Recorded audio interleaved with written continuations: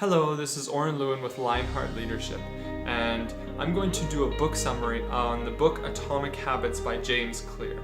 Now, James Clear, his story is when he was in high school, he was hit with a baseball bat and totally immobilized, lost the use of his muscles, and had to really build that back up to the point where in university he won awards for for his ability as a football player.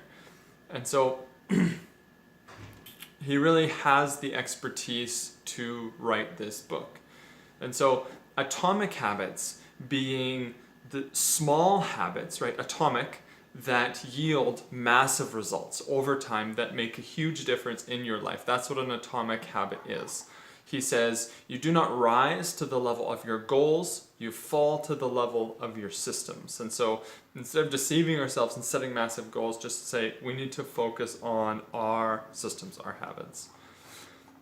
There's a foundation before we dive into the 4 laws is foundation chapter on habits shape your identity. I thought this was so well done.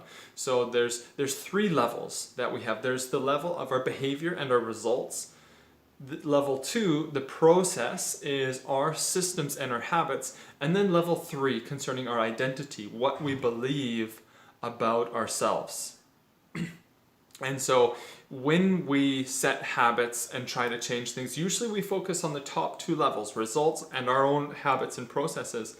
But James says we have to focus on that bottom level of identity. We have to focus on who we want to become and then work the habits out of that. And so really sound advice. So the 4 steps to building atomic habits. A habit loop, as he introduces, has 4 stages. There's the first, the cue, the trigger that triggers a habit. Second is the craving, that motivational force that draws you to the habit. Third is the response, which is actually doing the habit itself. And then fourth is the reward, that which satisfies you, and the satisfaction is then imprinted on your brain for future actions. And so to start habits, to activate this, you need to make it obvious, attractive, easy, and satisfying, right? Or to stop bad habits, you have to make it invisible, unattractive, difficult, and unsatisfying. So we're going to focus on the creating of habits, as he does in the book, but then also touch on destroying bad habits.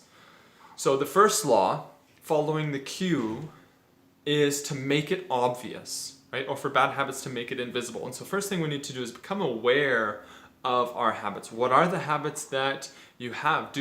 Write a habit scorecard, understand, okay, what are the habits there? What are the habits that I want to start?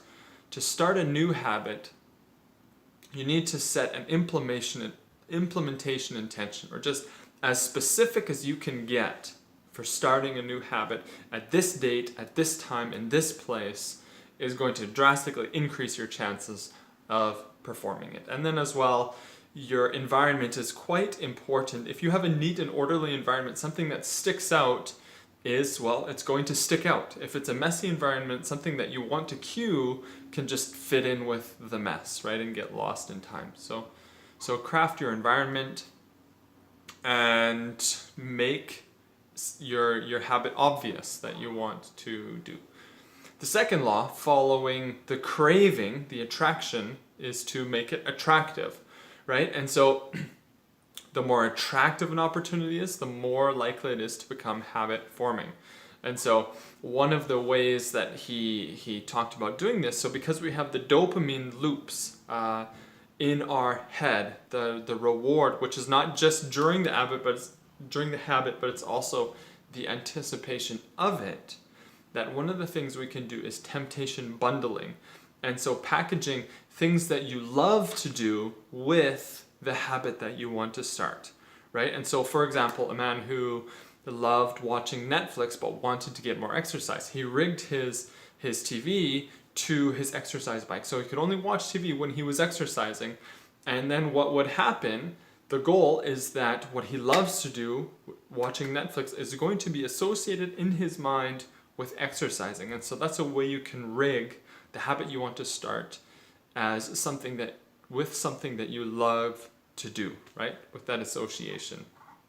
And then similar to the environment of making it obvious is the role of your friends and family here, taking environment to the next level. We are very influenced, hey, by those who we are in community with. And so join or find a community where the habit that you want to do is normal, right? And it's going to give you that social encouragement and social pressure to then change towards that habit. The inversion of the second law is to make it unattractive, right? And so you can write a sheet of different cons, of the negatives of this habit, and try to state it in a positive way where you list the advantages of avoiding that bad habit. So it's not just a negative thing that you're not supposed to do, but it's something positive, again, tied to who you are becoming. The third law, following the response, doing the habit itself, the trick is to make it easy, or the law is to make it easy, right?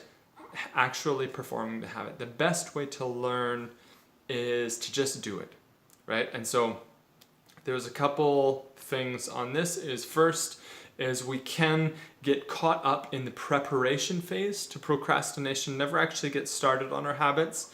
And so, but recognizing that for this habit to become a habit, right, to reach the point of automation, what's going to happen is we have to do it well or do it poorly. We just have to do it. And so one of the ways that we can do that is by the 2-minute rule, right? Just go and just do it for 2 minutes, right? Go to the gym for 2 minutes and then leave, right? Commit to doing it. And after you've done it for about a week, when you're in the gym, then eventually you'll be like, I'm here anyways, why don't I just start working out, pick up some weights? And so just trying to build that automation, right, to form the ease of the habit.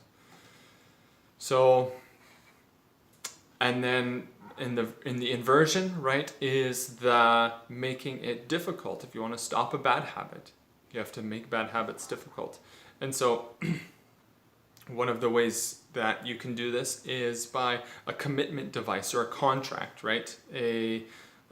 Accountability partner, right? So this would help making that difficult. Or if you want to make it easy, again, purchase something, buy a service, get a mattress for better sleep, get a gym membership for working out. This is one step, at least, in that direction of making it easy. The fourth law, following the reward stage, is to, of course, make it satisfying.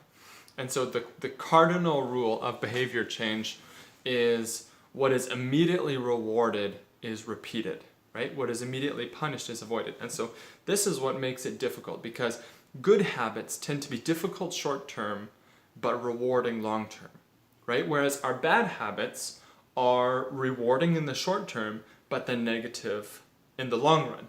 And so how do we flip these, right, in order to make our good habits more rewarding and our bad habits less? So one of the ways that we can do this is if you have a goal of losing pounds, right? Going back to the identity of becoming a fit person, then what you can do is after your workout, recognizing, okay, losing pounds is not going to happen generally till a month in, right? Shredding fat or whatever your goal is. It can take a while for you to see those good results. So a short-term reward, maybe after you work out, you get a massage, right? Something that would then create those reward dopamine cycles so that you will then want to do it again. So you have to do something satisfying or have a satisfying reward at the end. And one of the ways you can do this is with a habit tracker. There's different kinds, there's apps, you can tick off your days in a calendar, and then the goal is to not break the chain, right? As Jerry Seinfeld wanted to make a joke every day, right? And his goal was just to not break the chain as he was creating jokes.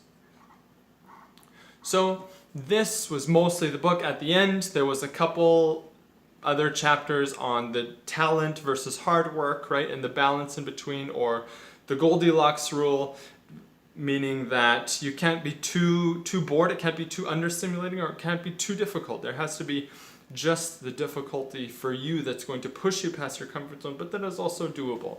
And so just some good follow-ups, good final chapters concluding the whole thing. Overall, it was a great book. I've gone through it 3 times.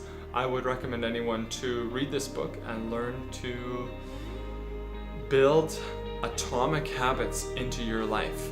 All right, thanks. Bye.